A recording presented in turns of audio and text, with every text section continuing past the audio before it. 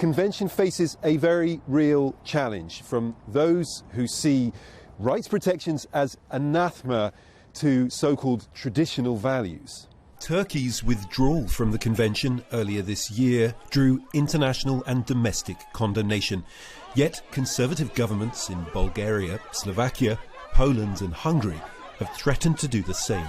In Georgia, far-rights groups aligned with the Orthodox Church attacked activists and the media. On Pride Day, 54 people were injured. One journalist later died. Yet the government said it would defend the interests of a moral majority. When 95% of our population is against holding a demonstratively propagandistic march or parade, we should all obey it. Human rights defenders feel increasingly vulnerable. This guy, he's asking for like a machine gun to kill us all.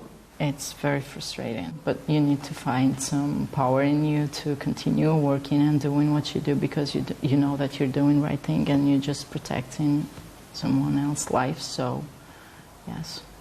And when the advocates themselves no longer feel safe, neither do their clients. Robin Forestier-Walker, Al Jazeera, Strasbourg. Well, let's stay with this issue of violence towards women and girls because today is the United Nations Global Day for eliminating such violence. The COVID-19 pandemic has only exacerbated the problem, causing what the UN calls a shadow pandemic. It's raised concern about alarming rates across the African continent in particular. Have a look at this. The UN says 1 in 3 Ethiopian women face physical or sexual violence at least once after turning 15. Gender-based abuse in Tunisia made up 87% of calls to the Ministry of Women's Affairs over 4 months. The UN says the pandemic has contributed to the number of reports rising 9-fold. There are also high rates of violence in Central African Republic.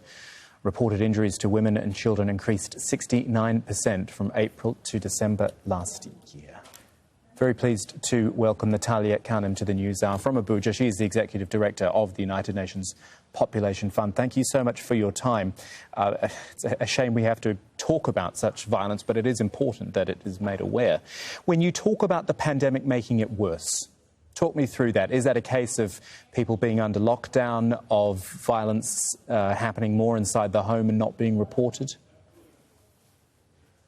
Well, thanks so much, Kamal. And it is a shame that we have to discuss the prevalent crime against women of violence. And COVID has indeed exacerbated what was already there under the surface. So what we saw was that with the lockdown, quote unquote, environment, the inhibition of movement, and frankly, the prohibition, the stigmatization of victims coming forward. With COVID-19, we had millions more cases of violence in the home, of unintended pregnancies, girls out of school, subjected to child marriage, to female genital mutilation. So this is a public health crisis hidden within a pandemic crisis, and the violence crisis is epic proportions.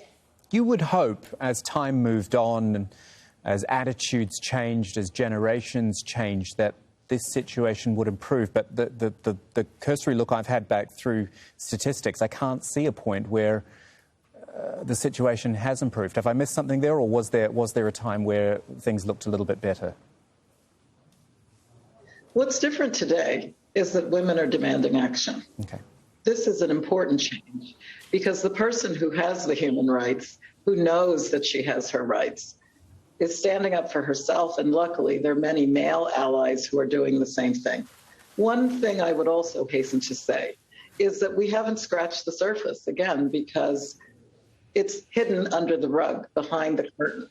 So we will be hearing much more and more vocal demand for action as statistics, disaggregated data reveals, for example, that this is a prevalent problem, especially of a young woman under the age of 35.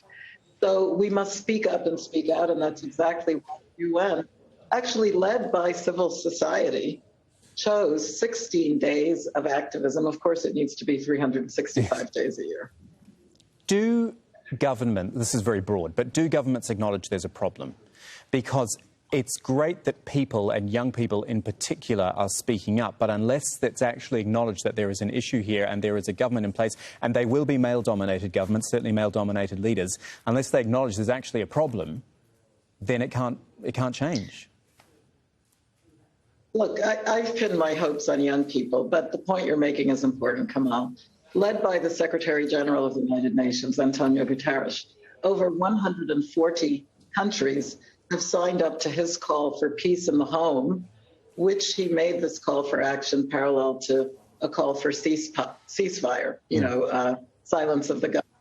So while nations, at least on paper, are giving more recognition, the European Union, for example, with the Spotlight Initiative, spotlighting the issue of gender-based violence, it has to stick in communities, in schools, in workplaces. So on these 16 days, we call on everyone to step up and ensure that a woman and a girl can walk down that street with every confidence of safety and security. Just briefly, if you don't mind, is there some good news out there? I know you've talked about, pinning your hopes on young people and wanting to see positive change there. Have you got evidence or proof of some positive change? Maybe it's in one particular country or one particular age group or region?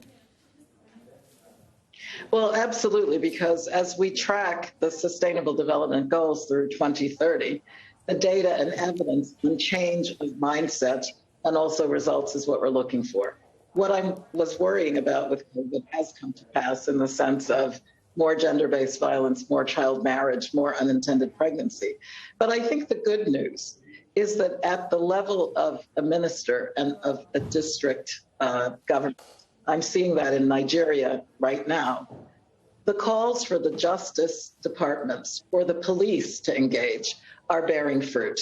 We are seeing that the legislation now is being monitored by community women who are reporting. So this is a sign of popularizing the discussion. It's also a sign of inviting people in to look for solutions, not to decry the problem, but to look for the solutions. One of the important solutions will be school-based programming that explicitly puts into the curriculum dignity and respect of women and girls. Massively important. Natalia Kanem is the Executive Director of the United Nations Population Fund. A pleasure talking to you. Thank you. Thank you so much.